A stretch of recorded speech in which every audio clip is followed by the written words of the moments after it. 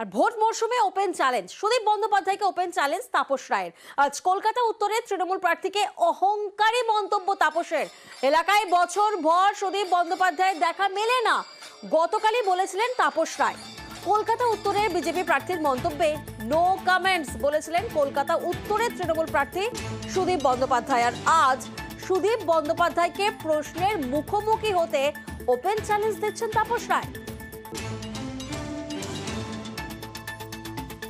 আমি তাকে ওপেন বলেওছি, আজকেও আবার বলছি যে কোনো দিন, যে কোনো জায়গায়, যে কোনো চ্যানেলে, যে কোনো স্থানে আমি আহ্বান করছি। তবে উনি তো খুব অহংকারী, যে অহংকারের কোনো কারণ নেই, কারণ ছাড়া অহংকারী। উনি আমাকে 50টা প্রশ্ন করবেন, আমি তৈরি। আমি 10টা প্রশ্ন করব। 10:50, যে কোনো জায়গায়, যে কোনো দিন। আর ওপেন চ্যালেঞ্জ নিয়ে গতকাল কি বলেছিলেন সুদীপ বন্দ্যোপাধ্যায়?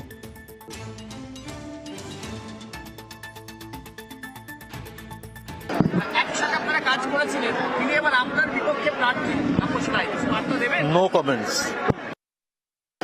একসাথে আপনারা কাজ করেছিলেন, তিনি এবার আপনার বিপক্ষে প্রার্থী, তাপস রায়, বার্তা দেবেন? No comments.